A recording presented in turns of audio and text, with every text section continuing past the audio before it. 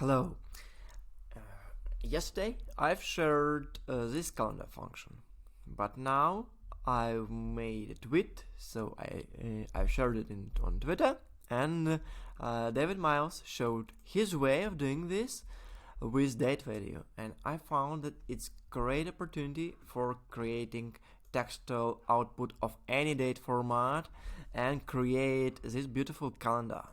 So this function, let's not break down it to separate parts. It does just the same as previous, which was described in previous video, but it does it in other way. So it creates a sequence of actual date. So this is actual date, but formatted in these text formats, these DDs. You see this DD, if I change this to D, it will give me one char each day. If I change this to months, it will give me months number. If I change it to months year, it will give me months year. Yeah, like this. Might be ugly, but it works. So you can see any possibility you can use, and also you can use these spatial date formats. For instance, I want to put heart on the 3rd of October, and I want to put this star on 23rd of October, and you see this heart and star are just on their places. So this will mark your spatial days, like your boss's birthday or some special event in your company, etc.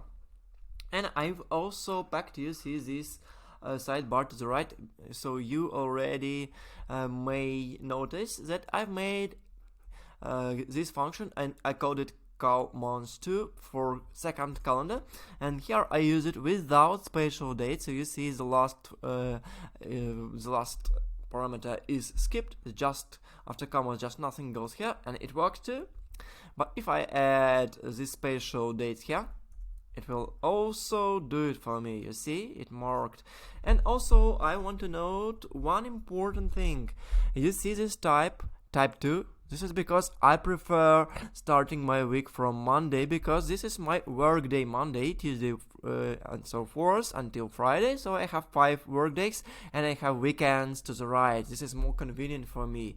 If you prefer to start your week from Sunday, use type 1, and voila, now it's type 1, and I'll change to type 1 here also to show you just as sample. So now Saturday goes here, and all Sundays went to the first work day, as you prefer, just as you wish. So I will leave this URL below the video, so you can copy it. You don't need to print out all this ugly formula from my screen. You don't need to print it to repeat this, but if you want to practice, you may do this. But just if you want to use it as it is, you can go and import named function, this named function calmonths and calmonths2 into your spreadsheet. And you see there is one more, but it is the topic of my next video. Thank you.